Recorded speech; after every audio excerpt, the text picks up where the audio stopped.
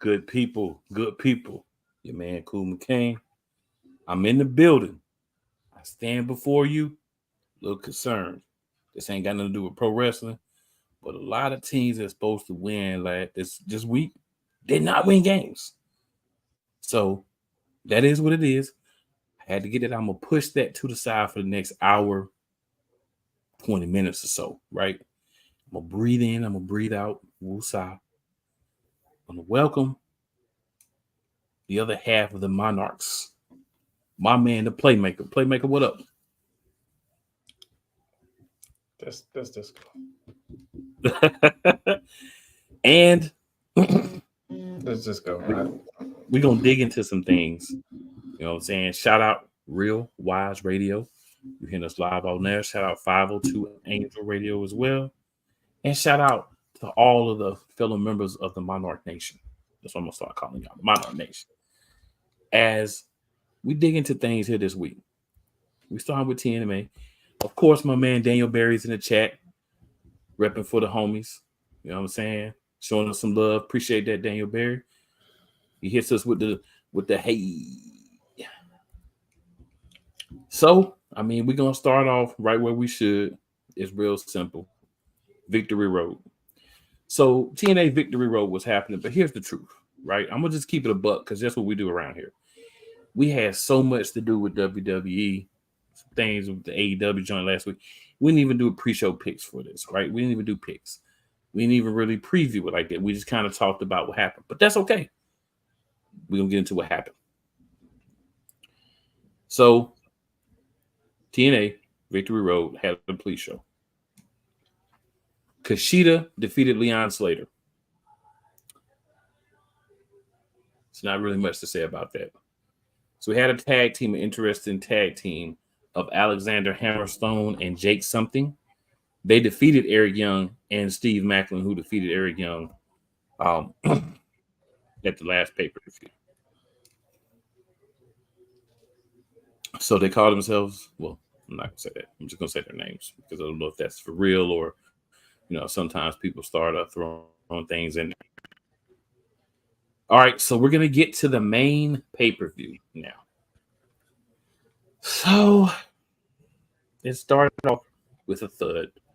The Hardys against First Class, and that was AJ Francis and KC Navarro. Obviously, the Hardys won this match. First Class is a joke. It's more of a joke without Chris Swan. And there's nothing else that I feel like needs to be said about it. I understand they're getting TV time because maybe somebody likes them. I'm not that somebody. All right. X Division Championship match. Speedball Mike Bailey got his title back against Zachary Wentz. So Wentz had a title for 3 weeks? Great job, TNA, of booking like you AEW. Great job. But it is what it is. Maybe y'all done found a little powder somewhere in your booking department too. But that was not needed. Stupid. If you were going to take the belt away from him like less than a month after he won it, there was no point in winning. Or maybe it had been a month. Time been flying for me. But no sense. I don't like the back and forth booking. I don't like you're champ for a month and you're not, whatever. And then it's not even that I have a problem. Let me clarify. I don't have a problem with your champ for a month and you lose the belt to somebody else. I have a problem with you win the belt from somebody and then a month later you lose it back to them. You should have just kept the belt on the first guy to begin with. So great AEW booking job, TNA. All right. Playmaker, you want to add anything to that, sir? No. No. The quicker we get through this, the quicker I can get you to your Eagles game. Yo. Oh, you good. You good, man. You good. Hey, if I'm a little late, I understand the assignment. I'm going to be there for the important stuff. So if I'm a little late, it's all good. I am not in the mood this week. All right, so Matt Cardona and Steph DeLander were supposed to face PCO and Rhino. DeLander says she needs neck surgery. and she wants Cardona and PCO to work out their issues. I don't understand how you were going to have a match between Matt Cardona and Steph Delander and PCO and Ryan. So, again, right now we're doing some AEW cooking. All right, so we had a knockout tag team match. Jody Britt and Dane Luna, they fought Masha Slamovich and Tasha Steelz because Alicia Edwards medically cleared due to the concussion. If Spitfire did not win this match, they would be forced to break up. So, of course, everything told you they were going to win no matter who was there. They won. Alicia and Tasha Steelz turned on Masha Slamovich and blamed the loss on her. System behavior. When you mess with the system, you're not part of the system, you get what you deserve at the end. And Masha, you got what you deserved at the end. All right. So the next match was actually a really good match. It was Joe Hendry versus Josh Alexander, back and forth. Both of these guys really showed their wrestling prowess in this match. Sleeper holds, a lot of really good moves. Ankle lock by Hendry, just a lot, right? At the end of the day, Hendry gave Alexander the standing ovation and then put him back in the ankle lock. This time the referee saw it. Match over. Joe Hendry defeats Josh Alexander. So this is something I have a problem with across wrestling, right? You have this guy who's a dominant force in Josh Alexander. He's taken the champ to the limit, even beat him 1 out of the 3 falls at the last pay-per-view. Because people want to say premium live event. Last pay-per-view. Now he's losing to Joe Hendry. And this is no knock to Joe Hendry. But Joe Hendry's nickname is not the walking weapon. You have to find a way to have guys consistently win. You know what I'm saying? Joe Hendry could lose this match and it wouldn't have mattered. Right? Everybody still would have been believing in Joe Hendry next week, clapping, turning around, smiling, all that. Nothing would have changed. But you're devaluing this dangerous, crazed, psychotic, bad guy, Josh Alexander, because he lost to Joe Hendry to an ankle lock. So I'm just saying, wrestling fan, not just a smart. I don't like it. All right. So we had a TNA World Tag Team Championship match as well. Brian Myers and Eddie Edwards, the System, got their tag team titles back by defeating ABC.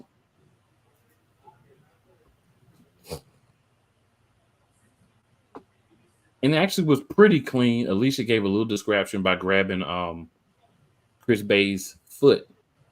But Myers speared Bay after that, and then he got a Boston knee party from Eddie Edwards, and they won the match. So pretty clean victory, actually. I mean, you had Alicia do a little thing, but they had a whole crew come down and distract him. So pretty clean from the System, especially for what we expect from the System.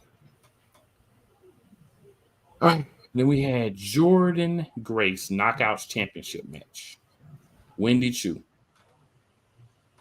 Wendy Chu from NXT. I'm going to make a long story short. Jordan Grace is still champ. Wendy Chu, she was decent.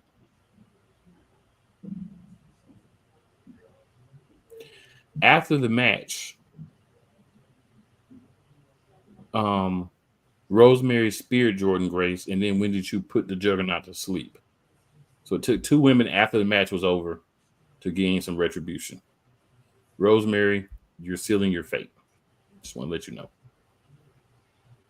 So that brings us to the penultimate match of the night. TNA World Championship. Nick Namath versus Moose. Nick Namath retained his championship. Had a little help. JBL came through the crowd and clotheslined Brian Myers, Eddie Edwards, and Dango to hell. Gave him a clothesline through hell. Namath then hit a super kick and a danger zone to win the match. So JBL arrived and assisted Nick Namath. He got a victory. Maybe some type of pairing or something in the future there. We'll see. Playmaker is like next. Like his whole aura tonight is like, okay, next. You know what I mean? But it's all good.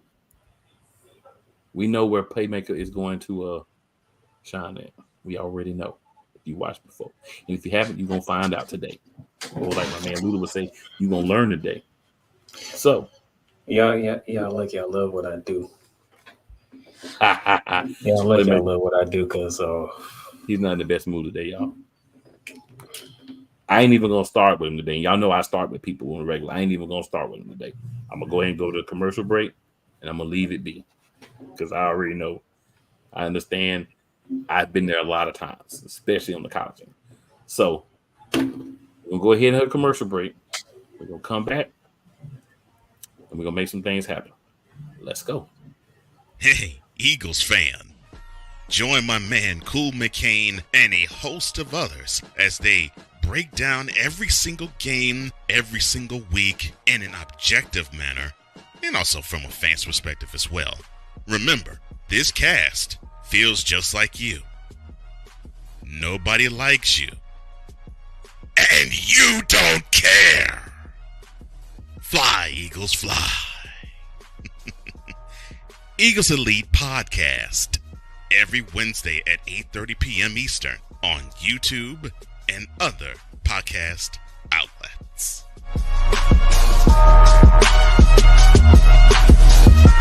Join Ryan McCarthy. I became a Jets fan because Kermit the Frog was my favorite Muppet because he was green, and the Jets wore green. That's how I became a Jets fan.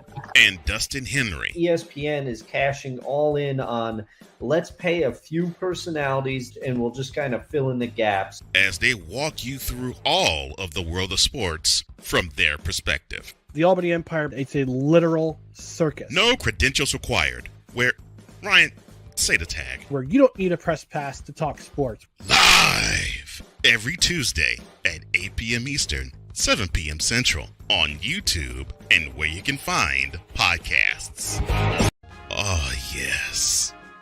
The tradition, the pageantry, the spectacle, the history, the slut. Wait. I gotta rep my brother's stuff right. All my DMV soldiers, stand up! And welcome to the Commander's Gridiron Report. You want your commanders to be repped right? Well, D. Willie is your man. Commander's Gridiron Report. Every Tuesday at 11:05 a.m. Eastern, 10:05 a.m. Central on the Sotoba Media YouTube channel. Music by J. Cool. Where my soldiers? Right side. Commanders. Where my soldiers? Left side. Drew Willingham. In this case, yeah, you put the blame on Kyle Shanahan for apparently not preparing the team enough for the overtime rules, supposedly. Cole Johnson. Peyton was considered the winner, and he was the darling of all darlings for Gerald. With a special appearance by Tyrone Alizé McDummy. Ain't nobody calling me. Text. Delete. Join these two football enthusiasts as they give you Total Football Talk. Live every Monday at 4 p.m. Eastern, 3 p.m. Central on the Sotoba Media and the Comey Media YouTube channels. Rams fans all around the world. It's a beautiful thing to be a Rams fan right now. Stafford's back. We will see about Cup.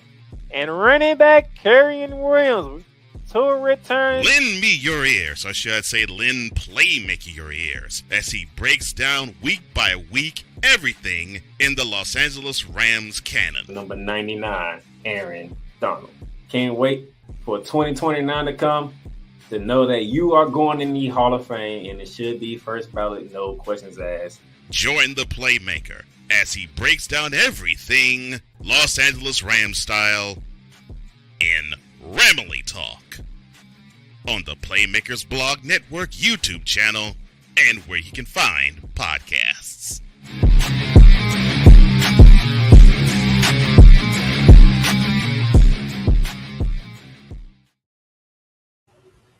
All right, good people.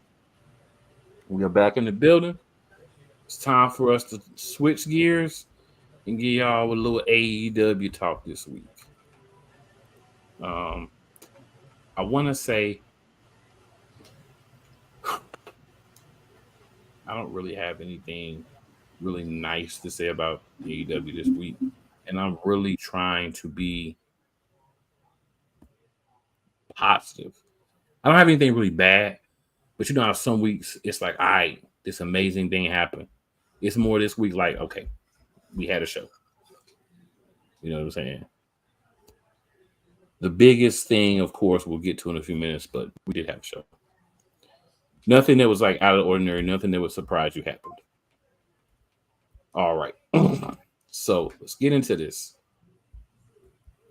So on Dynamite, we started off with the TNT title match, Jack Perry versus Lio Rush. So the reason why I kind of like, whatever. Who did not expect Jack Perry to beat Lio Rush? The best thing about Jack Perry's run is this TNT championship that he has is, to me, the best version. Other than that, I don't really got nothing to say about this one. Was that match even announced, or did you just do that together? It was announced. It was, because I forgot Lio Rush was part of AEW. That's fair. I mean, he had left wrestling for a while, and then he came back. We had Captain Charisma and his group come to the ring. He promised he was going to win the championship. No, he don't matter. Yeah.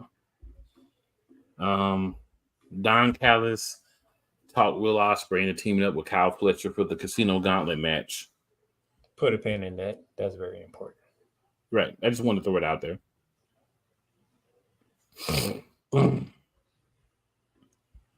Moxley came out and threw another one of those weird promos. So that's Moxley came out.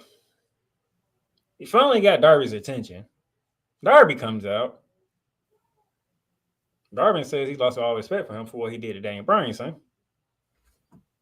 And we went the old WWE route. Moxley tells Darby Allin, "You're not ready for this level."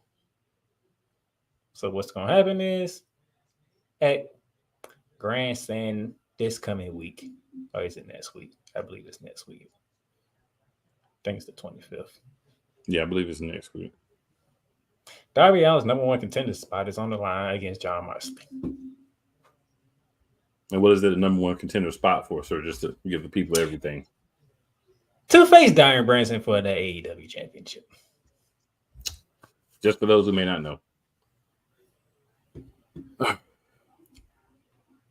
Nice to see Sammy Guevara and Ricochet have a match. Didn't have that on the Biko card. But the way both of those two wrestle made for an interesting match. And it was an interesting match. Ricochet comes out on top. But some extracurricular activities happened after the match. You want to let them know what that was? Sure.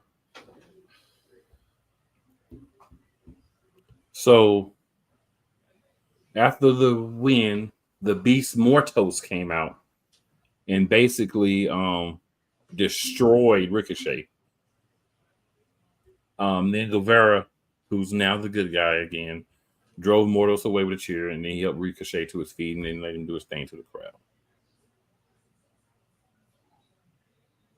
So, that's that. And then somehow, some way, for whatever reason, maybe my co-host can educate me on this.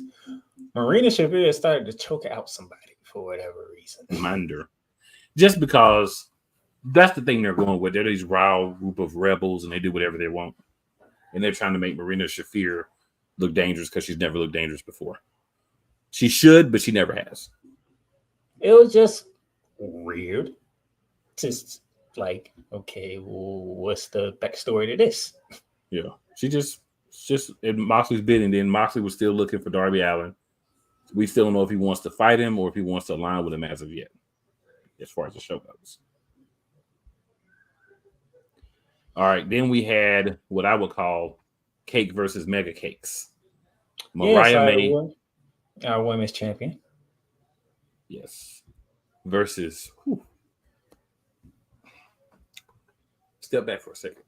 One of the most kept secret set of cakes in all of professional wrestling. They hide these cakes away on Ring of Honor half the time, which is, I think, the wrong thing to do. That's what happens. Queen Aminata. This woman's caked up and caked out. Oh, that to the side. If your name has Queen in it, like, I don't need you losing. Well, which means I don't need you going against the women's champion. I agree. The problem, and this is AEW booking, the problem is this. Mariah May could fight several women who are on TV on a regular basis and are challengers to her, like real challenges. And I'm not saying the Queen Aminata is not, but I'm saying how she's been portrayed. She's not. You can't have a name like that and be in the position that she's in. Right. It doesn't go together. Right. But that's a Tony Khan thing. Right? That's a Tony Khan thing. This match should have never happened at this point. If, you know, because it's an eliminator match. My problem is every time someone challenges Mariah May, it doesn't have to be an eliminator match. It doesn't have to be. You have to go through that. And y'all using that way too much. Yes. You went back to what made you unique and then you stopped. What made you unique was actually having a top 5, right? And actually having rankings, and then you win matches, you go up the rankings, you lose, you go down. And then your top guy or top lady for that particular division gets the challenge. But you don't want to do that anymore because I guess Tony spends that time in his powder tornado and he ain't got time to actually do the rankings. How you gonna have a eliminator match with a person most people don't even know exist? Right, unless you watch Ring of Honor. And even then they don't know because you just said they hire her most of the damn time. No, they let her own Ring of Honor, but that's the only place that she competes. So it's like, I mean, they hide her on Ring of Honor. When I say hide on Ring of Honor, what I mean is that's the only place that she really is shown. So it's like, which is wrong. Nobody believed she was going to win anyway. So why got to be an eliminator match, man? Right. So then we have the tag team casino gauntlet match. The winners get a shot at the World Tag Team Championships at AEW Grand Slam. Even though he skipped the learning tree. Yeah, we're going to talk about them real quick. The reason I'm not going to spend much time and I ain't even going to really give it a title, we're just going to put it afterthoughts because that's all it was on the show. The learning tree, Jericho, Big Bill, and Brian Keith took on Boulder, Bronson, and Jack Jameson. And, of course, the learning tree won.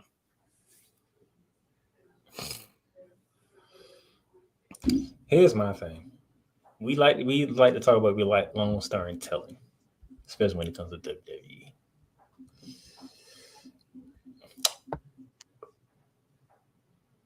Tony Khan, I don't know what you was thinking with this one. Because we were 5 years. 1, 2, 3, 4, 5. 5 years. And now Chris Jericho wants his payback for that orange jacket that got messed up, cut by Orange Cassidy.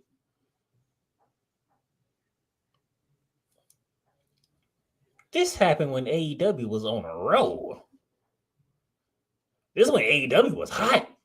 And you had them people that were really was like, AEW's coming for WWE. That was around that time. We're in 2024, 5 years later. Now we're going to revisit this situation.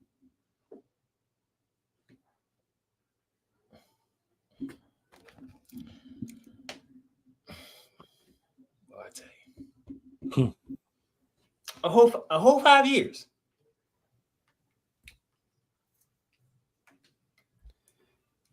I'm just let that ride, and all I'm gonna say is the conglomeration. You know, early in the show, the Learning Tree, Jericho was talking about how Orange Cassidy owes him $7,000 for his jacket that he messed up, right? Which is what he's talking about.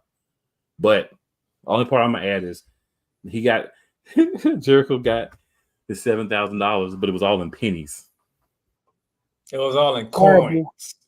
Trappy, well, you know, they were saying pennies, but coins, pennies, you know, it's whatever. But the thing is, no one cares. Congratulations, no one cares. Okay, so main event. Before you go, I Go ahead. gotta give you your props to do, sir. Despite how I feel about what happened this weekend. My co-host said to me last week on this very show that a certain announcer was getting back in the ring. Mm-hmm. Well, that is official. Mm-hmm. Nigel McGuinness will be getting back in the ring. And he's actually pretty job. I didn't know he was that job, to be honest. But he is getting back in the ring.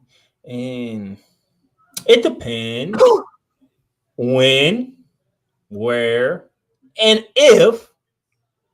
Well, I'm only throwing the if out there for a dramatic effect. Daniel Bryanson is ready to compete.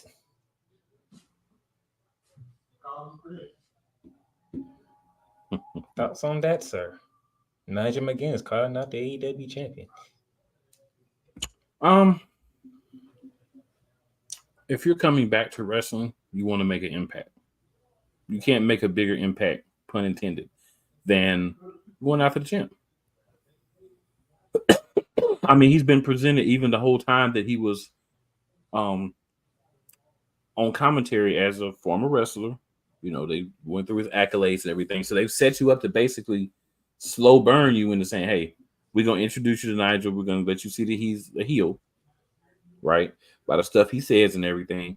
And then slowly but surely, we're going to work until we get him cleared because he's coming back to the ring. And that's what they did. So is he going to come back and have 20 jobber matches? Or is he going to come back and job out of Daniel Bryan? Or Bryan Danielson, excuse me. Let's come back and job out to Bryan Danielson. Then when I say job out, I mean lose. He'll make it a good match, but he won't win. I'm leaning that way. So, but a couple of comments here from our guy Damien. Go ahead and throw those out. And Damien about to get kicked out. Damien said, Undertaker's back. Oh, wait, never mind, just JBL.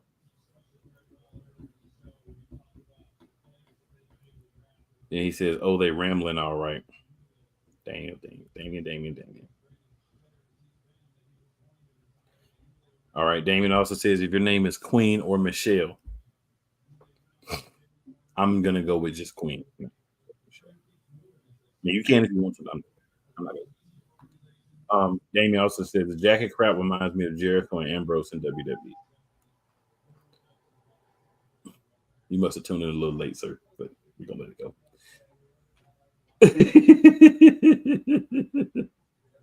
We're going to let that go. And now the casino. Okay, this is a casino battle war, right? So this is a gauntlet match. It's a gauntlet match, okay? Because when they said, but the crazy thing about this was it's supposed to be a gauntlet match, but if a team got a pinfall submission before everybody else got involved, the match is over. Yes. That's a very interesting twist to all this, but we still had a lot of teams get involved. So here's the teams that were scheduled for this match. We had FTR, and we had Will Ospreay and Kyle Fletcher were second. The Righteous were third, an actual tag team that hasn't won a lot, so it'd be nice to see somebody different win. The Undisputed Kingdom, they've been champs in Ring of Honor. Nobody cared about them, and nobody cares about them now. The Acclaim, no scissor because they haven't won, so no scissor, but they're Acclaimed. We had the MXM Connection, which is basically the Maximum Male Models Nobody cares if they win. Top Flight, young team, they don't win anything. The Outrunners, they needed another tag team. And then a really good team, the Grizzled Young Veterans. Before you even get started, No, I'm just going straight to the finish. But go ahead.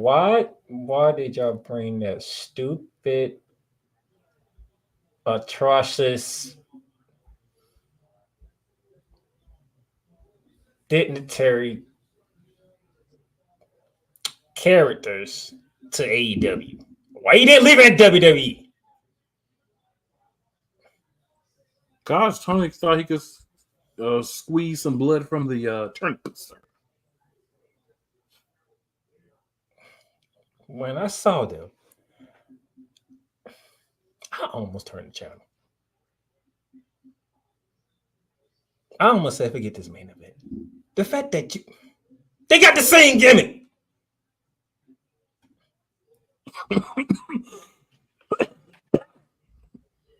Didn't like it in WWE, which makes you think we're going to like it in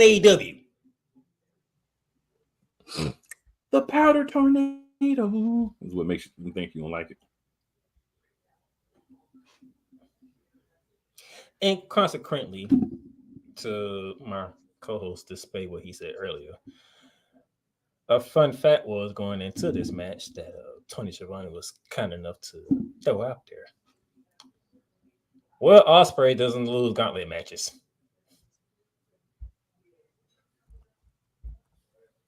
All those matches had been singles. This is a tag team gauntlet match. You want to get to the finish, right? Go ahead.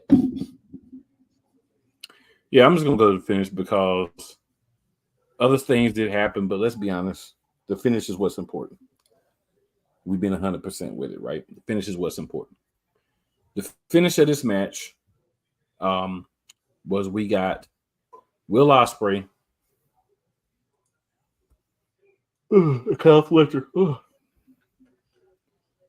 team up, and they win. And what's so fun about it, they surprised even themselves. They had a lot of good spots in the match, but I mean, the whole point was they did all that just to set up Ospreay and Fletcher versus the Young Bucks. Tony Khan, I'm talking to you right now.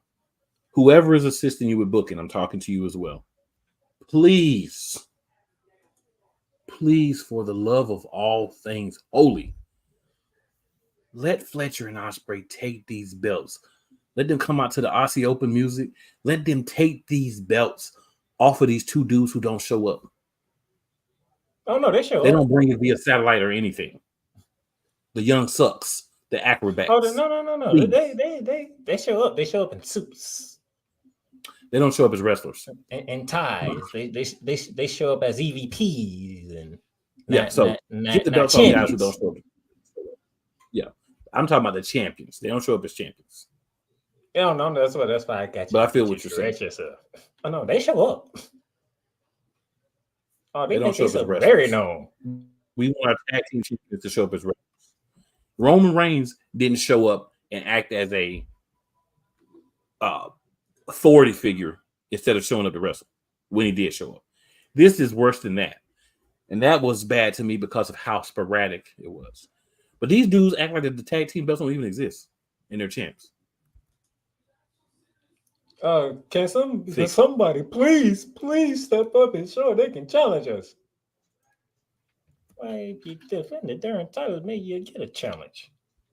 Nobody can't challenge you because you ain't there to wrestle. And if you feel threatened, guess what you gonna do?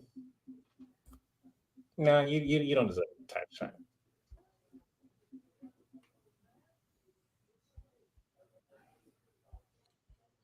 So they had some matches on. I'm gonna be real with y'all. They had some matches on Collision, right? They had some matches. What we did find out on Dynamite was the only thing that happened of any importance on Collision was that Jack Perry had another title match and won. An important thing that happened was that Willie Uter is now in the middle. We got to find out what's going to happen with him. We know what the end goal is, the end game is, but how we going to get there?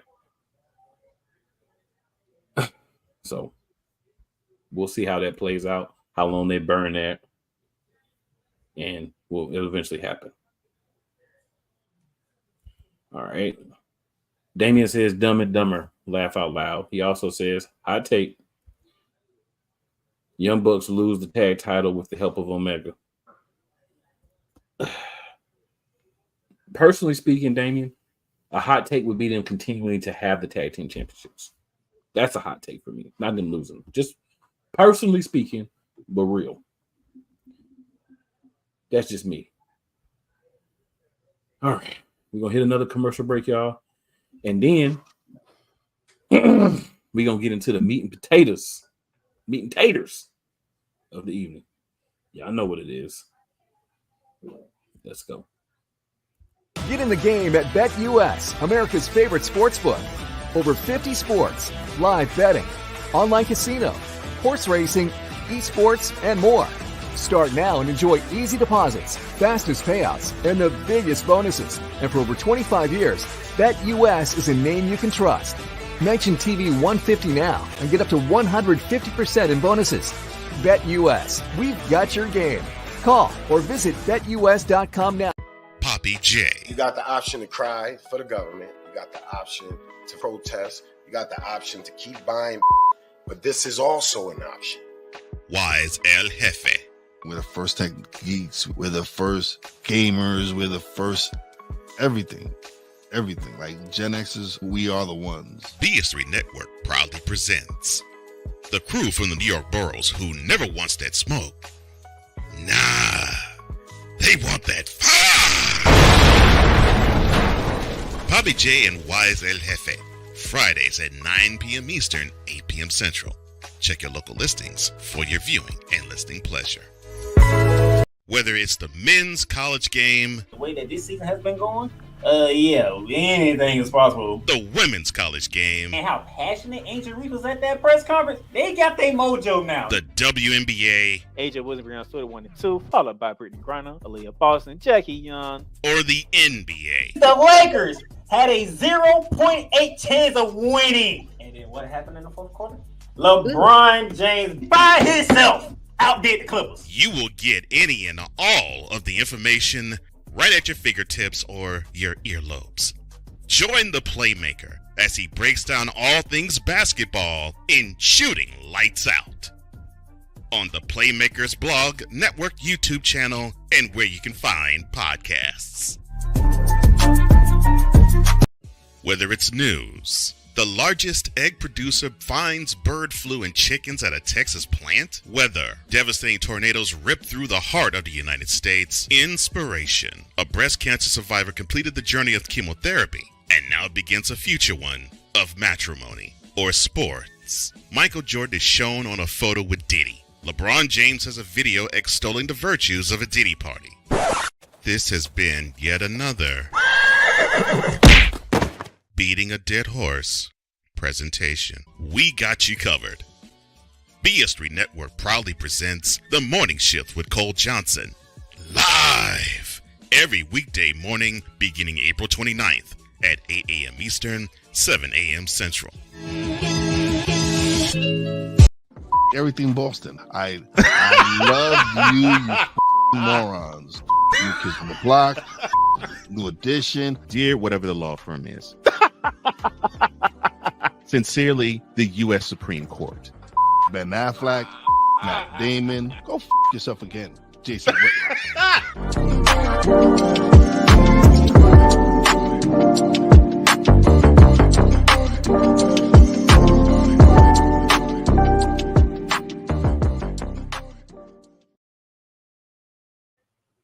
All right, good people. So we are back, and we are at the point in the show where things are going to turn and get a little bit more interesting than what we saw on the other two, recaps. Because now we get into WWE Storyline wise, especially right now, WWE is the kings. So playmaker. How we attacking this today, Pimpin'? Do y'all know what last week was for the WWE? Does anybody know? Anybody? I have a guess. What's your answer, sir? I think it was WWE week. Every show was on USA. It was premiere week for the WWE. Week 1 of 3 with Raw, NXT, Smackdown, all on one channel, the USA Network. And for week 1, we'll begin in chronological order. So let's go to the Monday Night Raw.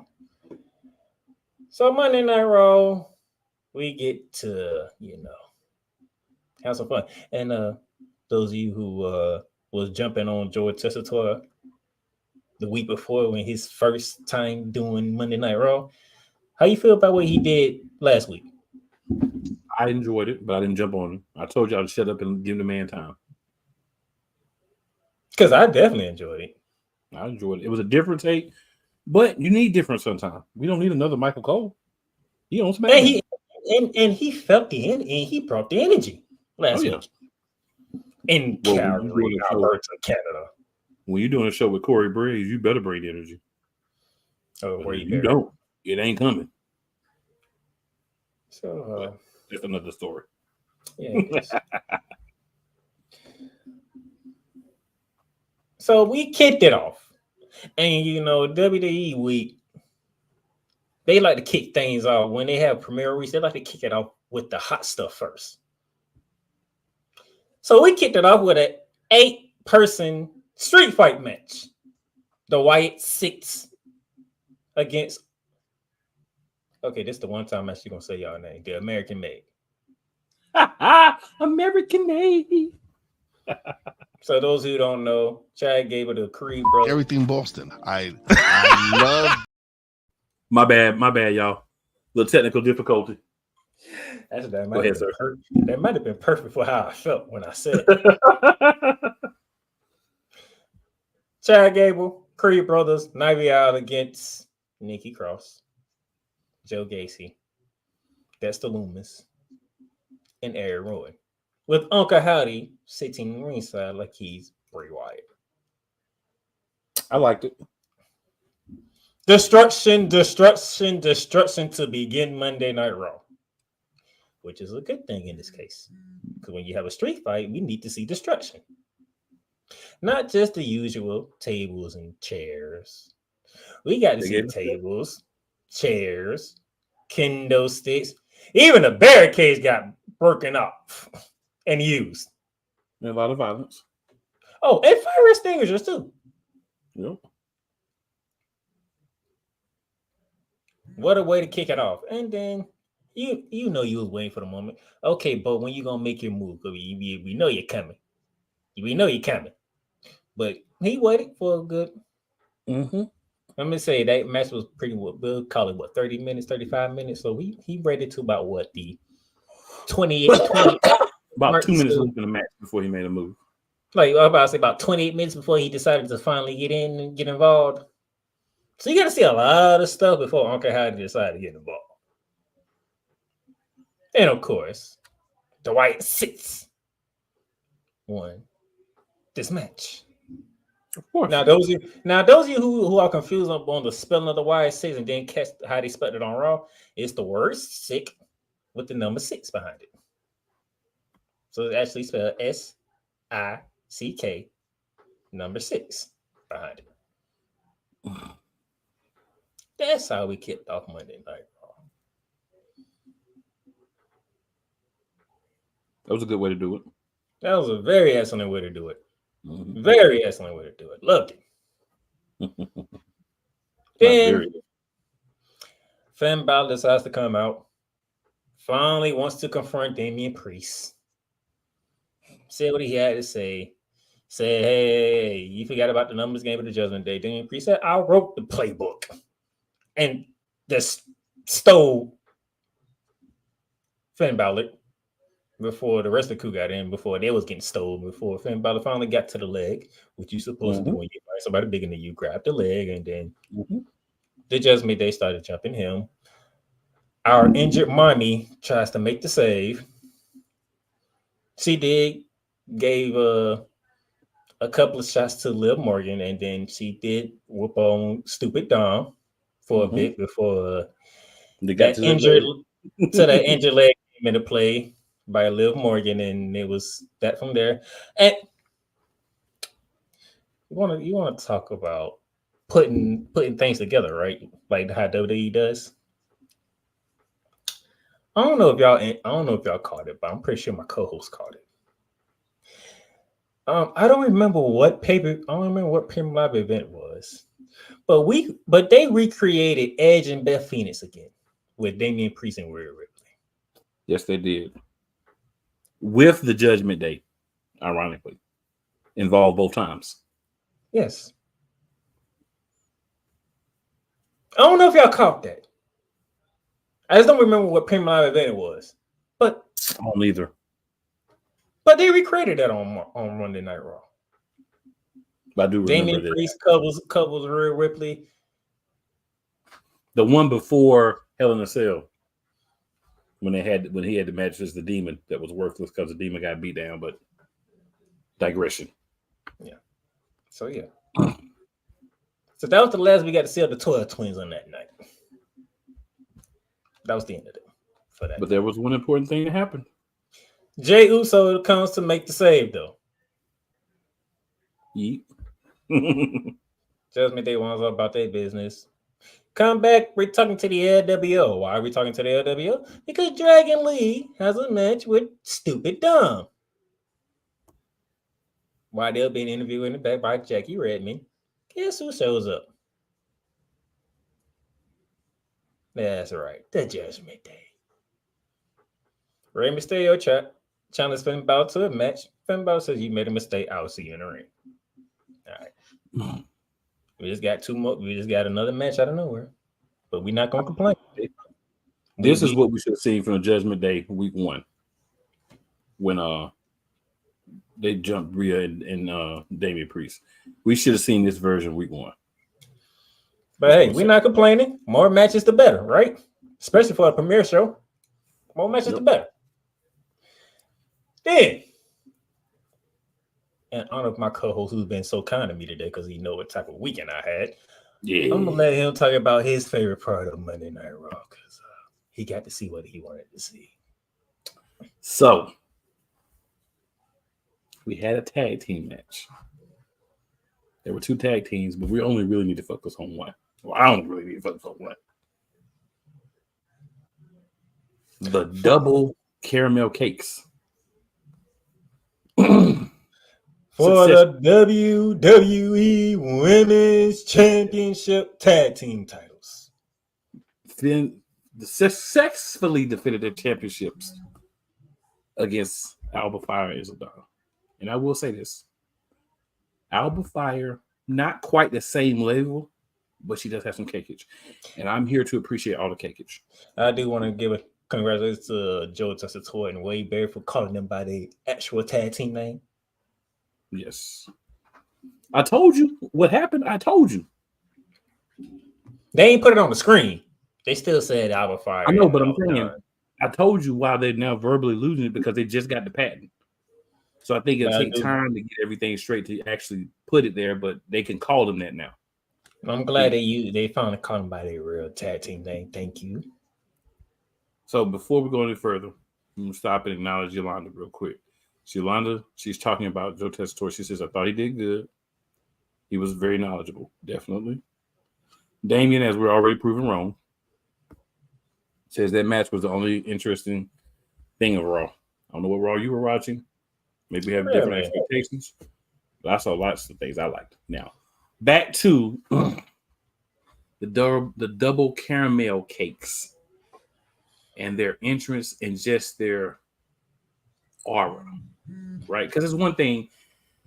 Seriously, I like the Unholy Union and I like Bianca and Jade because they have an aura about them, right? They're all beautiful women. They have an aura about them. 2 of them are caked up and caked out. One of them is caked up, and one, she not flat.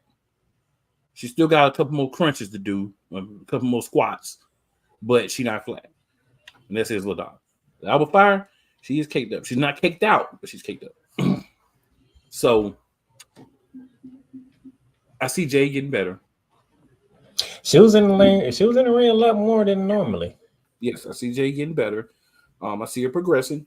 I will say this: when she does that freaking somewhat bicycle kick, good gracious! You see the just explosion in the legs, and I'll be like, she's trying to put you through the mat. Anthony, completely agree, my man. Shout out to cameraman 2. Give that man a raise. If you know, you know. That is 100,000 billion% accurate statement. All I can say is if you know, you know. But they look good in the ring together. Bianca is a physical specimen of beauty. Jade is a monster, just Amazon. Delicious. That is the perfect word to use for her. Amazon. Yes, when he say Amazon, we're talking Wonder Woman type Amazon, okay? Yes. That and woman is built with beauty. 6-pack. And I gotta be honest, I'm not the type of guy that really like the woman with like the 6-pack and super muscular. A little better than you. And you supposed to be the man. Oh no, I ain't worried about that. I ain't talking about the man. It's just not never really been my thing. Okay. If you give me somebody that's pretty as Jade Cargill, it look like that, we good. Oh, don't get it twisted. If y'all haven't seen her husband built. Yeah, well, I'm just saying. No, I'm late. You know how woman like that and not work out with her sometimes. So even if you're not like, I'm just saying that for the folks who are dumb enough, who might be dumb enough to try to do something stupid. You can try to do something stupid you want to.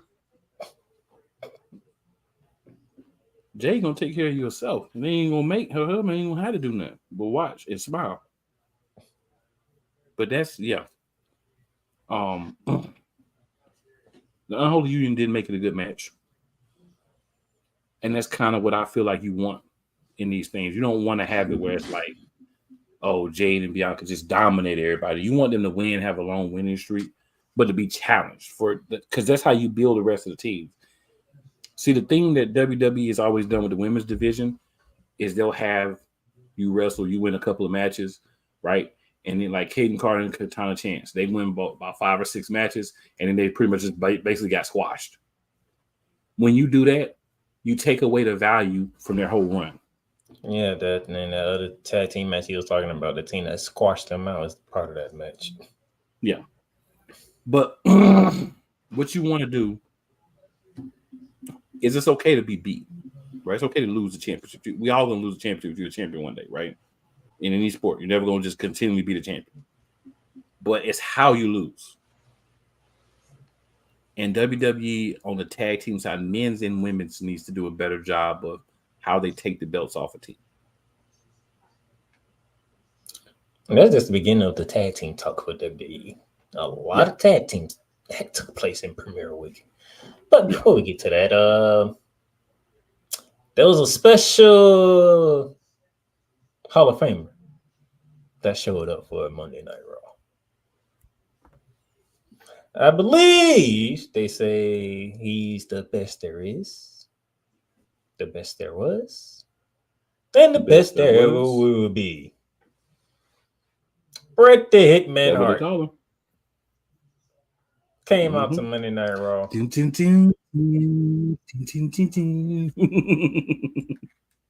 They had Ray Barry and Joe Tessitore introduce him. Joe Tessitore, man, he's getting there. He's getting there. And by the way, shout out to JR for speaking on behalf of Joe Tessitore. Appreciate that. Walking like a scalded dog. My bad, I just can't help myself. You said JR. No, it's not because I saw what he said. I didn't see the interview, but somebody posted it, and I read what he said, and I was like, "That's cool, Jr. Thank you for that. That's very good of you." Yeah. And he said, "Well, my coach said, get a man time." Bret Hart comes out. They make the announcement that we already knew that War Games is going to be in Canada, Vancouver. November 30th. If I remember the date correctly. And Bret Hart does his old Canadian talk, getting the crowd hyped because they in Canada. Calgary, Alberta. And then the world champion decides to make an appearance. Now, I knew he was going to take a shot. I just didn't know what shot he was going to take. So when he said his favorite wrestler, I'm like, okay. If he say Shawn Michaels, that was very disrespectful. That okay. I knew it was going to be disrespectful. I knew it. I just need to know. I thought he was going to say Shawn Michaels. He went lower than that. His number one guy, Bill Goldberg. I'm like, dang. That's just low. That's just low. And those of you who don't know, by accident, Goldberg is the reason why Bret Hart doesn't wrestle anymore. Thanks to a mule kick. So, for Gunther to say that was very, very low blow. Very disrespectful. If he said Shawn Michaels, we'd be like, man, we get it. Well, you ain't Goldberg, right? That's how you know Gunther's doing his job of being a heel. How low can you go? And he went low. Sami Zayn comes out, does the whole heroic hometown or home country type Canadian guy thing. Yeah, it does all that. Gunther walks away like he did the previous week from Sami Zayn, and Bret Hart, the Hall of Famer, called the champion a coward. Well, now we got to come to some blows now. A Hall of Famer calling the champion a coward? Yeah, that's pretty much is going to make somebody feel some type of way. So they come to blows and whatnot, and that happens. So prepare to see Gunther Sami Zayn round 2, and I think this time Gunther will dispatch of Sami Zayn properly whenever that match is made official. Same feeling for you?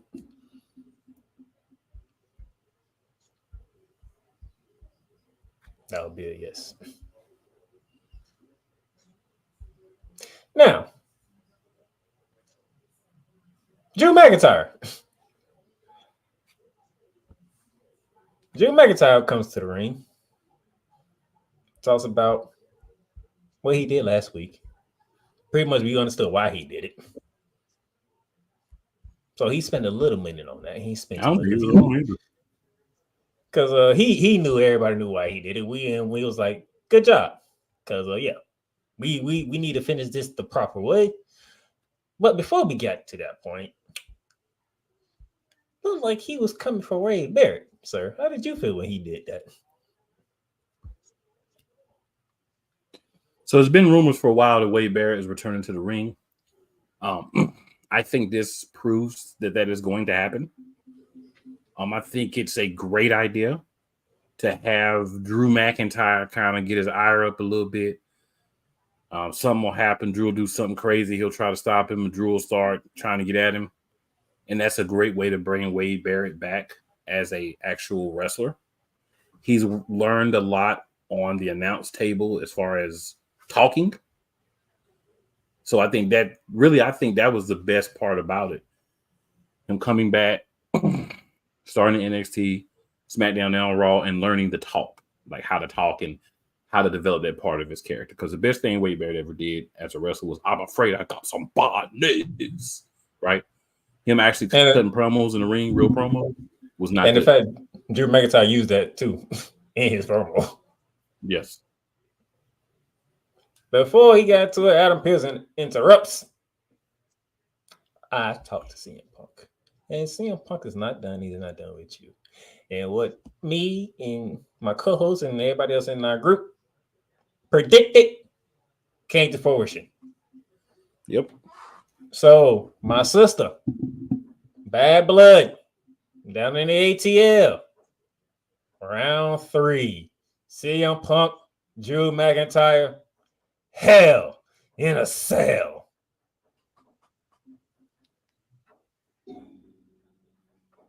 Peace up. A-Town down. Thank you, Triple H, for listening to us. Thank you for listening to us and saying that, yes, this mess needs to end in the most proper way it can. You bring your black butt back once you blame Hell in a Cell with it. I'm not upset. Neither am I. Perfect job. We that's what we wanted. We called for it. He said, all right, let's get it. HIAC. It don't need to be a pay-per-view. Just that end of a rivalry match. One of them. Last Man Standing works too. Then we get to this other tag team match that my co-host brought up. So last week we said, okay, so we got the PFC. Still not calling them by their name. I'm abbreviated. PFC.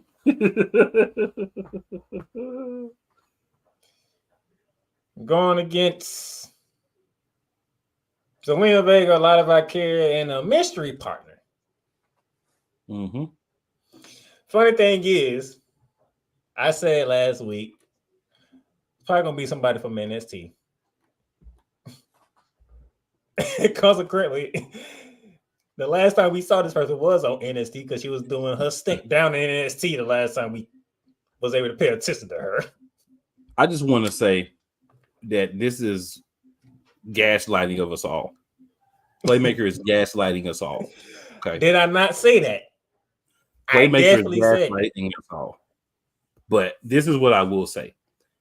And I put this in our chat. I am disappointed in myself. I am disappointed in my co-host as well. Right? And he could say whatever he said, but what he did not say was it's going to be Natalya Neidhart. Natty's going to be. I just said somebody from NXT.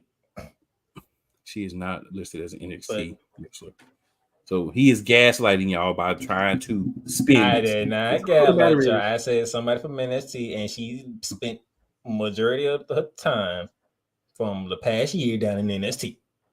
Tell me if I'm wrong. Raw superstar. I'm gonna say this. I am disappointed. You know what? Since he wanted to gaslight, I'll let him gaslight because he had a rough weekend. So let him gas. I'm gonna let him gaslight today. All I said was somebody I'm disappointed in myself because the leads were placed in front of us, and I did not capitalize on the logic. So I am disappointed in myself, and I want to apologize to everybody who watches the show for letting y'all down. Carry on, Mr. Gaslighter. Well, let's just say this. I was right and didn't know I was going to be right in that fashion. How about that? You can say whatever you want, man. I'm gonna let you have it. I'm just saying. I said NXT, but I'm like, well, I didn't expect that. She was Yolanda, thank you. Like, yeah. You can say it, but she was in NXT almost a whole year. I'm like, what? Okay, Latai's down in NXT. I guess she's doing whatever down in NXT. Yolanda said, don't do her like that. You can say that, but guess what? She is a veteran. She is a veteran, but guess what? You can't tell me she was not down in NXT for almost a whole year. But you know she ain't on the NXT roster. She was down there for a majority of the time. That's all I'm saying. This is what we call gaslighting. We are being gaslit. We are all being gaslit by the Playmaker. Now, she was down there for a couple of months, and yeah, but she was down there for freaking the whole year. She actually has been out for about 4 months, injured. So she ain't been on NXT or nothing. She's been out injured. And she was between Raw and NXT before then, Mr. Gaslighter. But Damien says, this ain't ending at Bad Blood. I see it ending at Mania and a triple threat, depending if Seth comes back by that time. When Seth come back, he got bigger problems to deal with. And I do mean the pun. I do, when I say bigger, and I do mean that the whole pun very attended. And Damien also chimes in, she is not in NXT. She has been at the main roster, home shows, laugh out loud. So there you go. She's been on the main roster, home shows, which is part of the main roster. She was part of NXT too. I was like, oh. They probably asked her to go down. I'm just saying. Grade A gaslight. If y'all ever want, just cut this clip if you ever need to explain gaslight to somebody. Just is it. We're all being gaslit. You can say that, but I'm like, what the last time we did see it was in NXT. Go figure. Yolanda says, I'm not excited about that. Really, I'm tired of seeing them fight. And before that, Damien said, I'm just glad he didn't say Vince or Hulk. What you mean you talk? They only fought twice. They only had 2 real matches. I'm gonna tell you why she's tired. I know why she's tired. I know my sister. She also says, so is the rest of them NXT too because they go back? If he picks somebody from NXT and it's them, then yes. If not, no. That's the gaslighting part.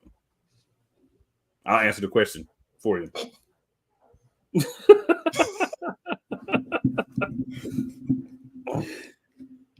I think that's why he's mad. I said NXT didn't tell you about them. Like, damn, what's the last time you saw her? Go figure. The thing is, expect that. The truth is, we both dropped the ball. We should have known it was going to be Natalya from the moment it was in Canada. They had a mystery partner, and we didn't.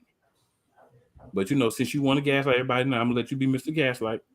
I apologize to y'all for not giving y'all what I should have known.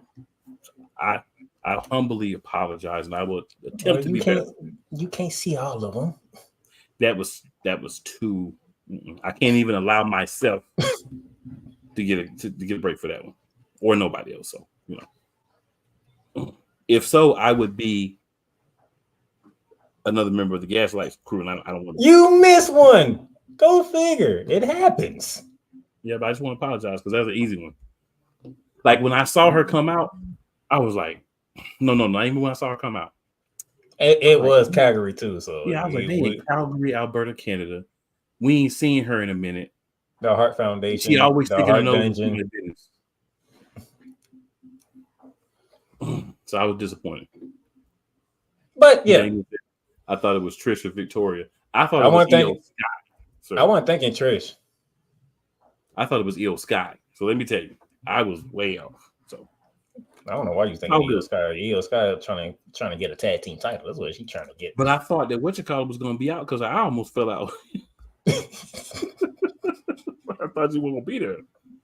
I mean, my logic made sense. Hey, that's a good point because they was backstage and they had an encounter with the tag champions, and Kyrie Sane did let them get a good look at that eye. Yeah, I thought she was going to be there because of that. But Calgary, Alberta, there's no excuse. I'm not allowing myself to even have any excuse for that. Because I feel like if I allow myself an excuse, I'm gaslighting all y'all. Now, it's interesting that he did bring up Victoria because I did see something floating around that Victoria is trying to make a comeback. And I'm like, yeah, I heard she signed a Legends deal, didn't she? I heard, yeah, that's what I heard. And I'm like, yeah, okay. I know we had Miss Jacqueline sign one. Yeah. So I ain't gonna fire at Damon. I wasn't thinking Trish. I guarantee I wasn't thinking Trish. I knew that for a fact. I wasn't thinking Trish. You talking about old school cakes? Miss Jacqueline? Woo woo woo. You know it. So we had that, and in fitting fashion, because although it's true, if my co-host would have said Natalya, he would have told you to finish too. Sharpshooter. Absolutely. Sharpshooter on Zoe Starks with Lila Valkyria and Zelina Vega having the other two and a Boston Crab. Which is because they couldn't quite do the sharpshooter. They don't know about that. Yolanda says, I thought it would be Tatum. She's talking about Tatum Paxley. Yeah. She also says, I think that's how you spell her name. Now she's NXT. And then I ain't gonna put it up there, but everybody can see it. No, she called me out. What? She put the government up there. All right, cool. And also in the building, the man himself, the head shift in charge of the morning shift, Cole Johnson. He said something I was going to say to the end, but you know what? That's why you got our Monarch family. What did I say? We were going to call them the Monarch community, because our community supports us. He says, congratulations on episode number 50, Monarchs. We appreciate that. That's coming for a guy who's over 100 episodes already. Yeah, but we once a week. He on that grind daily. 5 days a week. 5 days a week. You know what I'm saying? Jacqueline, Kate. I'm gonna add 2 more. Kate. But yeah, that's an original set of cakes. Her and Trish are original cakes. And now, real quickly, Finn Balor, Rey Mysterio had a match. Both groups banned from ringside, and no finish because Finn Balor didn't give a crap. Shout out to Finn Balor, right? This is the Finn Balor we've been wanting to see. We've been wanting to see a ruthless Finn Balor that will beat your ass and leave you laying in a pool of blood. We've been wanting to see him with an edge. I want to see a little bit of Prince Devitt in there. You know, I'm a little in there. You know what I'm saying? Bring some of that Bullet Club nastiness, a little bit of that demon in there. And not just a clown running around with a purple towel hanging out his pants. So big ups to Finn Balor for showing what John Cena once described as a little bit of ruthless aggression. That's what I like to see, ruthless aggression. And honestly, at this point in his career, Rey Mysterio is there to be beat up. So Finn understood the assignment, and he aced it. Yeah, he didn't care. He just wanted to do some damage, and he did. Now, Mr. Johnson agrees with me. The main event. Fatal 4-way for the right to challenge the big dog himself, Braun Breaker, for the Intercontinental Championship. Don't know when. Guessing Bad Blood, but we don't know when. Jey Uso. Yeet. Eating the dragon off. Pete Dunne. And the big SOB, that one big SOB himself, Braun Strowman. Wild match. Fatal 4-way, which means there are no rules. Wild It match. must be a pinfall or a submission in the middle of the ring to declare a winner. Mm-hmm. Everybody got their offense in. Let's say it like that. Everybody got their offense in. So when was the turning point going to come? Well, somebody returned to Monday Night Raw and definitely made his big presence known at the expense of Braun Strowman yet again. Say me! Say me! Bronson Reed jumps not only through Braun Strowman, but through Braun Strowman through the announce table. Let's take out Braun Strowman for that match. So now we're down to 3. Ilya Dragunov, Pete Dunne, and Jey Uso. Yeet. Back and forth affair. Jey Uso hits the spear. Pete Dunne throws Jey Uso out. He goes for the cover. 1, 2. Ilya Dragunov kicks out. Pete Dunne goes on the attack. He does his thing. Can't finish the job. Ilya Dragunov comes back. He hits Pete Dunne with the H-bomb. Goes for the cover. He takes a super kick from Jey Uso. Jey Uso goes to the top rope. Uso splash. 1, 2, 3. Jey Uso, the number 1 contender for the Intercontinental Championship. So I want to throw some comments up real quick, and I'm going to give my thoughts. Okay?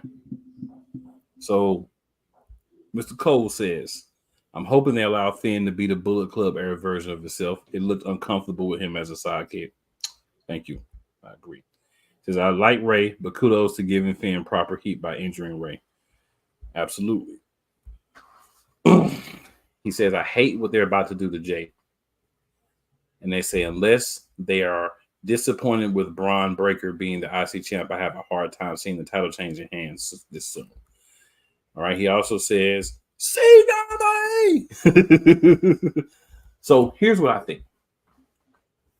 And this was me taking myself away from being a Jey Uso fan, because I am a Jey Uso fan. So I have to preface my statements by giving y'all the truth. Yeah, I think you more of a Jey Uso fan than a Cody Rhodes fan. At this point, yeah. I wanted Cody to win the belt. Now that he's won it, I want him to do something with it. Until he does that, it's just not interesting. Right now, still fighting the bloodline. It's not that interesting. With Roman Reigns, that's a twist that everybody saw coming, so that's nothing new either. It's not a surprise. For Jey Uso, I think what they're gonna do is Braun Breaker's gonna be running around, popping off, running his mouth to everybody about how he's this and how he's that. He's gonna be overconfident. He already been doing that. Nobody's family's ever lost to anybody in Jay's family, and his pride is gonna be his downfall. I'm gonna say this: Braun Breaker has went to all 4 competitors before the match and had a conversation with them. Right, and he was talking for cash money. So what I think is they realized something. Braun Breaker is good as champion. He's great as the pissed off dude trying to get the belt. And while winning was the right thing to get Sammy pushed up where he could have a match with Gunther, I think that doing that to allow Jay to then come in, not beat Sammy, but beat Braun Breaker, an arrogant Braun Breaker, will be a great way to give him his first individual championship. And then either he loses it back to Breaker 6 months or so down the line, or he loses it to somebody else and Breaker gets it back. So I don't think that they're not happy with Breaker's run, but I think they realize that they are missing out on a Yeet shirt with the Intercontinental Championship on the bottom of it at $50 to $60. And then you have Braun Breaker go back destroying everybody. Yes. And somebody can help cause him the match. Like one of his people that he's injured. And, they coming back to get him a piece. A guy like Ilya Dragunov. We can't do Ricochet because obviously he's an AEW, but, one of the people he laid out along the way.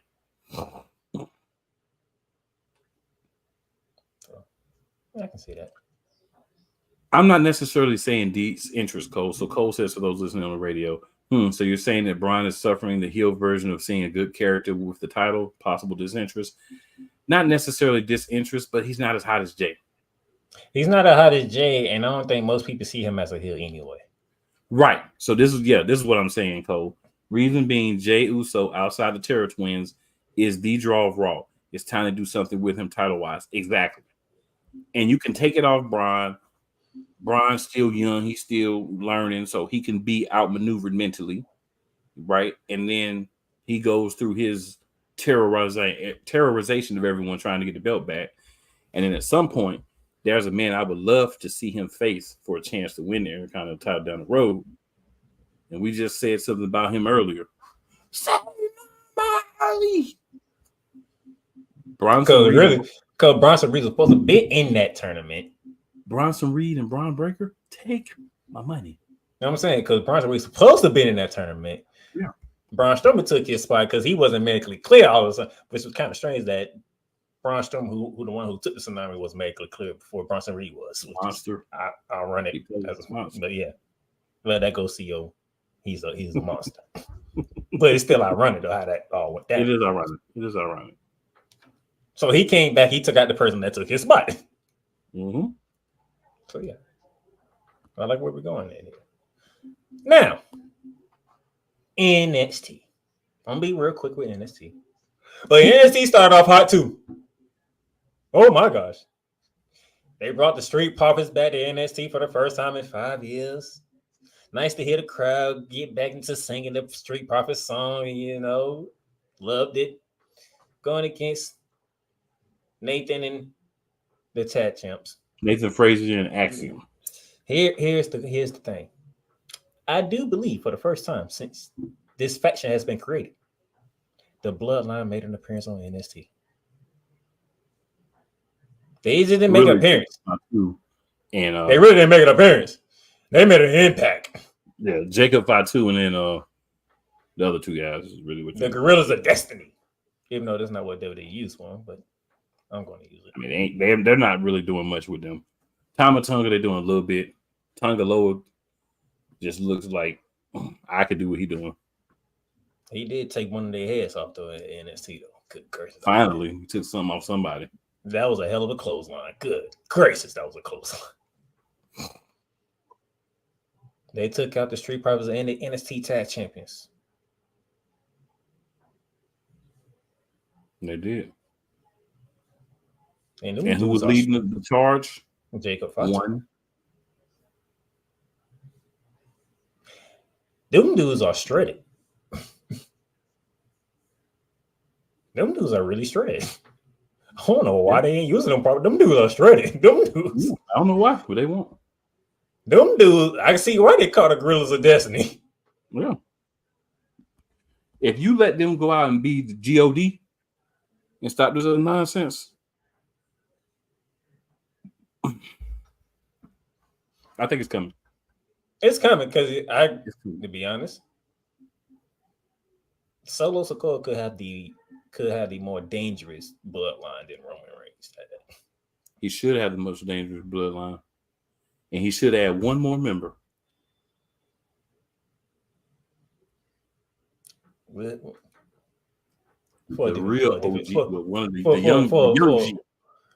different time. Right. Young G need to be in that group, but different time. So then we had He's Bouncy, Javon Evans going against Charlie Dempsey, and who got involved in this match?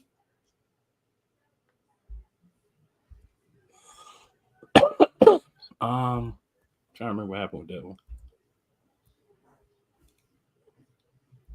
Somebody got involved in this match and cost Evans the match, which puts Dempsey ahead 2-1.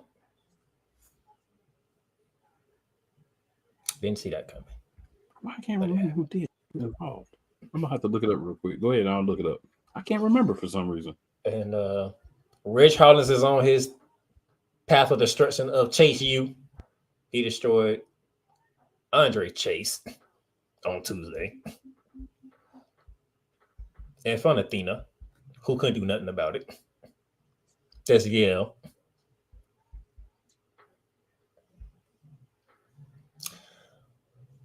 Obafemi had a interesting match that the family handpicked, mainly Tony D'Angelo.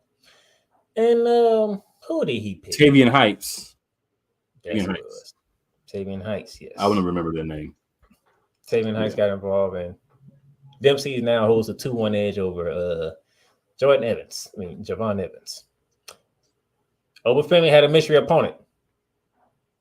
Out of all the people that Tony D'Angelo found, Alexander Hammerstone.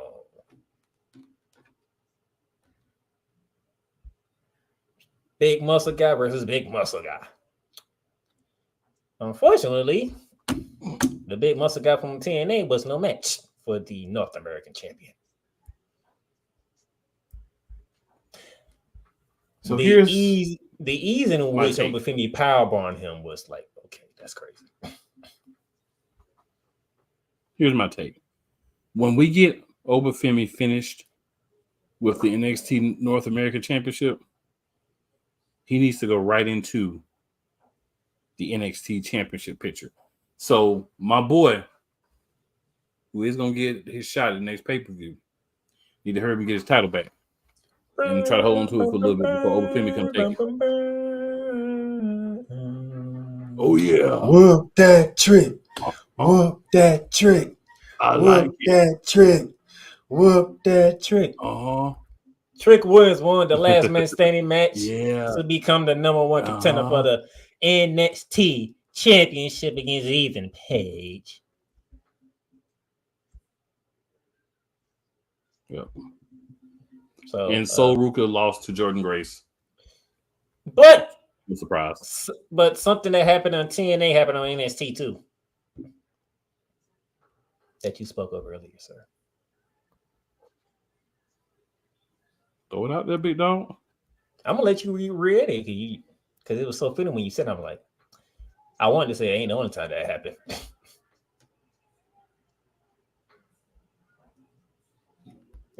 One of these days you got to explain to me this weird combination because I didn't even know them two was a combination to be honest. But Wendy Chu choked out the champion. Wendy Chu choked out the champion again. Oh yeah. In the same exact fashion, dark thing going on. Her and Rosemary. The same exact fashion that happened on NXT. having a TNA twice in 1 week, which is interesting. Julia. Yeah. And then Lyra Valkyria and Tatum Paxton are going to fight them next week. Oh, great. Julia did me the honors of rearranging the face of Chelsea Green. Definitely enjoyed that. Definitely. I know we're going to get to SmackDown. Let me shout these last few comments here. So, Cole says Bronson Reed will get the IC title eventually. I give WWE a standing ovation for finally making him a monster. Yeah, it'll take a long time. Cole also says, I want the smoke to break up. Love the Street Profits, but it's time for Montez to shine on his own. We'll talk about that another time, too. Yolanda doesn't like how they're doing the Street Profits. No comment. Because people are going to say a certain thing if I comment. Cole says, I pray Angelo Dawkins won't turn to Top Dollar. I actually like Top Dollar better in TNA. I like him better, but I still don't like him. Wise El Jefe in the building with the My Bros. Hey, Wise. You know we love Real Wise Radio's in the building. Yes, sir. The big dog is in the building, repping with the homies. All right. Cole says, they need to turn the GOD loose. I want them to make the Usos' reign look tame in comparison. We'll see what they do. Heights, Tavion Heights. So, yeah, he was giving us the info. Damien Bloodline. Of course, he's trying to spoil. That's what Damien does. Cole says he preferred a beautiful twist in belly to belly. Tavion Heights from Cole as well. Appreciate all the comments, y'all. But I know we still got a couple of minutes here, so let me throw these. Cole says, kudos to Oba for NXT for pushing Oba the way they are, getting more and more interested in this guy. And then the realest video is great. And Cole agrees with me in my thinking about Oba and what's going to happen with him sooner or later. And then Wise asked the Wendy Chu happened. And then Cole says NXT needs their behinds whooped for messing up Wendy Chu. They want to go a different character with her. You know how it goes. A little creepy character at that. Absolutely. Cole, so I got to step away for a second. So go ahead and get into the SmackDown. I'll be right back. SmackDown kicked off with the undisputed Universal Championship match between Solo Sikoa and Cody Rhodes inside a steel cage. Cody Rhodes got busted open in this match. They went back and forth. You know, usual. Everybody has an opportunity to escape the cage and try to get a win, hit their finishing moves and stuff like that. To, I believe it was the second crossroads that Cody Rhodes hit to finally put Solo Sikoa away for the 3 count. And then the Bloodline showed up. They scared the cage, and they had the numbers game on Cody Rhodes. So the beatdown commenced. And Jacob Fatu on top of the cage is about to destroy Cody Rhodes, who is laid out in the middle of the ring. That music hit. The Tribal Chief music hit. Roman Reigns returned. Roman Reigns by himself, by the way. Walked all the way into the cage. Closed the cage door, and it was on. Gorillas are definitely jumped Roman Reigns, but there was no match for the original and only Tribal Chief. Solo tried to get a shot in. Roman Reigns is about to take over. Jacob Fatu pulls Solo out of harm's way. Roman Reigns challenges Jacob. Come on, me and you in this ring right now.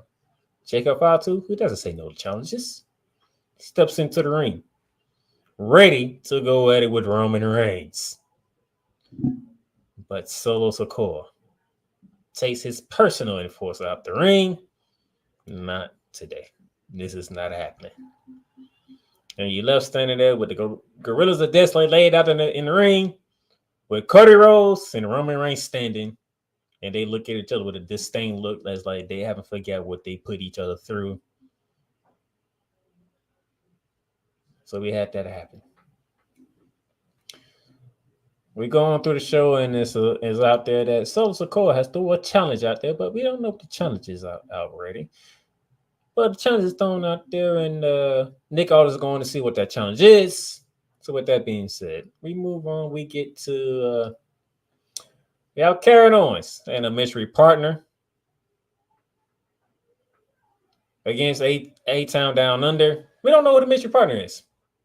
At first, it was some guy by the name of Ricky coming out there because Kevin Owens said his original partner couldn't make the trip. He was having some travel issues. Then one of the officials from WWE said, "No, your partner is here. He's made it." He gave Ricky a stunner, and then you hear Randy Orton music. Randy Orton, Kevin Owens, they beat A-Town Down as they should, because no sense in the imagination of what we can see Austin Theory and Grayson Waller ever beating Kevin Owens and Randy Orton in a match, in a tag team match, let alone. It was something good to see. We got to see Meacham versus Piper Niven in a match. Meacham beats Piper Niven. Funny how that goes and how that transpired. Well, you probably could say listening to Chelsea Green and trying to make fun of Meacham during a match instead of finishing the match might have been a downfall of Meacham, Piper Niven to Meacham. But hey, Meacham got the dub, but she didn't lead the ring victorious. She was done so with that. We got to hear from the Queen Nia Jax, SmackDown Women's Champion.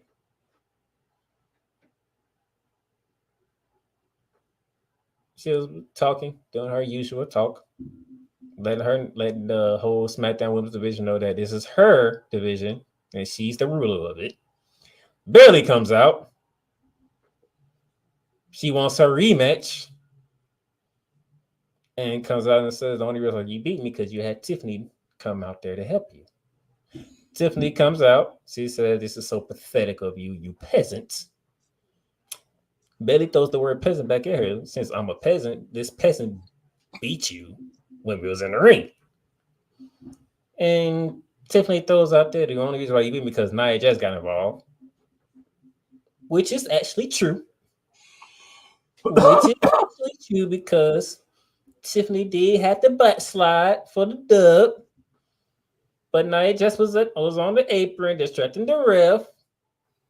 So Bayley was able to kick out and then, hit the Rose plan and beat Tiffany Stratton.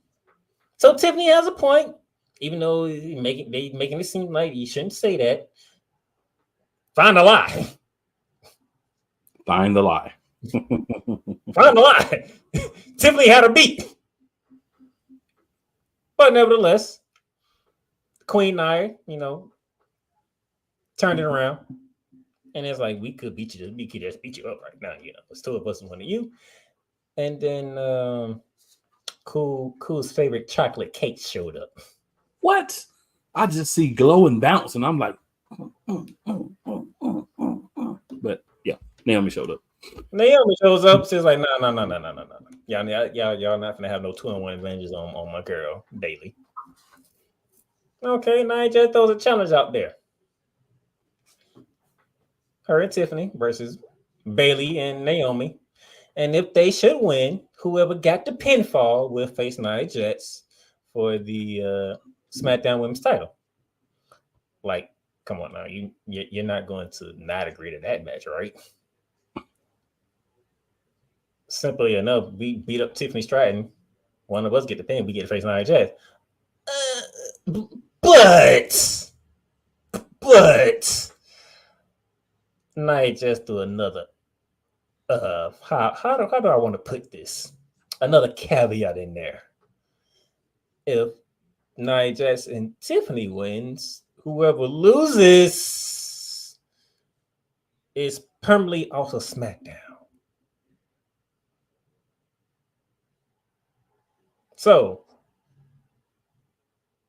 there are A lot of possibilities in this match next week, sir. Or this week coming up, sir. Will somebody gain a title shot, or will somebody be leaving SmackDown?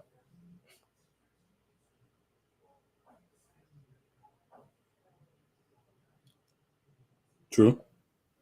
And quite frankly, it kind of hurts me because I don't want to see nobody leave SmackDown. I like SmackDown's roster. Nobody's leaving. So you saying Bayley and Naomi wins? So who gets the title shot? It's got to be Naomi. Naomi gets the win with a rear view to Tiffany. Okay, that was an interesting twist that they was thrown in there. I'm like, ooh,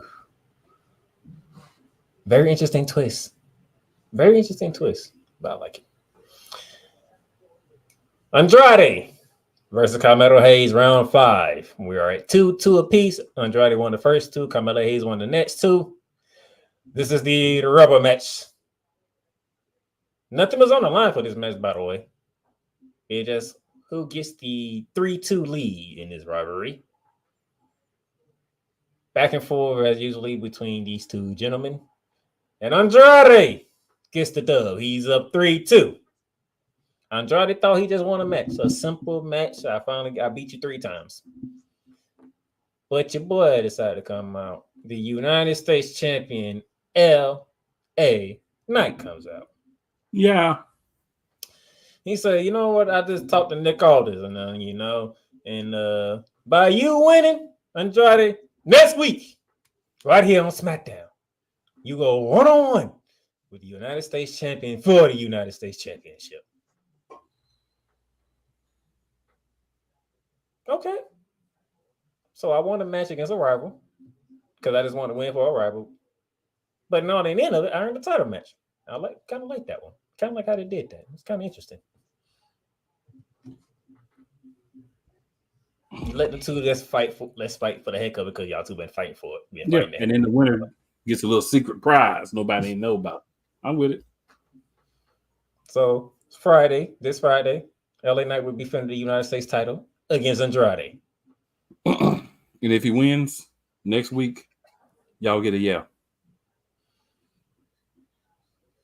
You're welcome. And that was the final match before we got to the main event. The main event was not a match. The main event is fun. We get to hear from Roman Reigns. It was about freaking time. Nick was in the ring. He asked the contract because Solo Sikoa wanted him and Jacob Foster to go against Cody Rhodes and Roman Reigns. Cody Rhodes says, nope. I'm sick of the bloodline. I'm tired of fighting the bloodline. I have beaten the bloodline numerous times. I'm done. I'm sick of it. Okay, fair enough. I think at my point, that was my co-host fight. Like, thank you, Cody Rhodes, for finally leaving. Thank you. Okay. At that moment in time. Get to Roman Reigns. Roman Reigns does his Pat Nick. Give me the mic. They always gave him the contract. Roman Reigns looked at him and was like, let's try this again. Give me the mic. Gets the mic. No acknowledgement needed for this one. So I don't need Nick Aldis. I don't need his contract. Let's get one thing clear. This is family business. This is bloodline business. Okay? Let's make one thing perfectly clear. A lot of changes took place in my absence, but not him. He is not the original tribal chief. He is the only tribal chief. He said this is his ring, his show, his WWE. This is where my partner was like, okay, Cody Rhodes, you're killing me here. You're killing me here. Because Cody Rhodes comes out.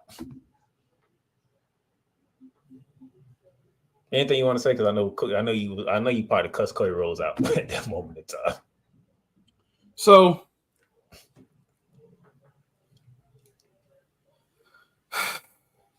Cody.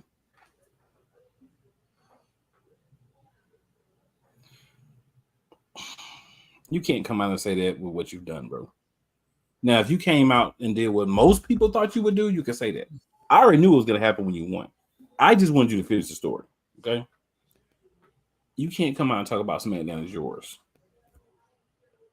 Like, you can't do that. That man ran the show. Now, granted, I shoot a few zingers at the fact that he wasn't there every week, but that man ran the show for over 2 years.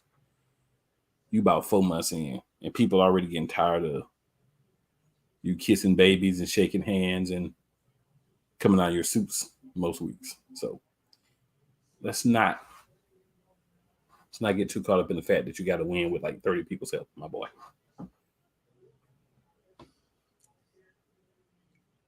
They exchange words per usual. Soul Sokoa and Jacob Fatu come walking out there. The Guerrillas of Destiny, they try again. They was unsuccessful at the beginning of the show, so they tried again at the end of the show, and yet again, unsuccessful. Roman Reigns picks up that contract. He signs it. For a minute, Cody Rhodes looked around, let a distinct look on his face, put his hand out there to say, Roman Reigns, give me that contract. Roman Reigns gives him the contract, but a distinct look on his face, and Cody Rhodes signs the contract. So, I don't know when, because they ain't announced when this is taking place. I'm guessing they're going to say this for Black Blood, because it is Roman Reigns we're talking about here. Notice I said Roman Reigns and not Cody Rhodes. Yeah. I think it'll be Bad Blood. I know I missed the first part. I had something I had to handle real quick, but I'm going to echo Cole's comment here. Solo actually looked good in the match. He still is a main event worthy. It's aura for Solo. He's working. He's a lot better than week 1, but it's aura, right? You either have the aura or you don't. And first of all, I think they need to do something to his music. I think his music maybe need like a slow down, maybe like a bass line or something. Like the same music you can have, but you need to add a little something to it. Make it seem a little more ominous. Like slow it down a little bit, like dun dun dun dun dun. We taking it all. Like just slow it down a little bit. Maybe add like a bass line or something to it. Maybe a little treble, something to just, signify that the music has evolved as well as the character. Because that's important. People don't understand how important your music is in wrestling, but it's important because that's what people hear. That's what people identify you by. Just my thoughts. So it's gonna be interesting. Yes. How this duo between Roman Reigns and Cody Rhodes work out before the match, during the match, and then it's gonna be interesting what takes place after the match. So we got 3 things to look at: what's gonna happen on the way to this match between them two, what's gonna happen during the match between them two, and what's gonna happen after the match with every comeback.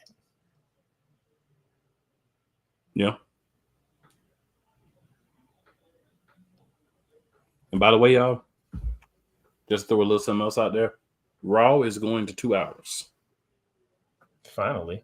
But SmackDown going to 3 hours. And Raw is going to stay 2 hours on Netflix too. But they'll probably have limited commercials. So that could be helpful. Which is very strange. Okay. But that'll be it. We are like 15 minutes over, so. Yes, sir. And my sister's doing something that my co-host finna go do. And one of them two ain't gonna be happy at the end of the night. So somebody's gonna join me in my misery. Not completely, but at least for NFL.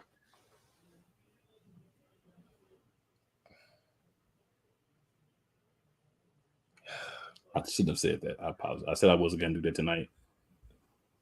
I apologize. My mouth, I couldn't control it. But nevertheless. Don't worry, Cole Johnson already got his popcorn and drinks ready for Thursday.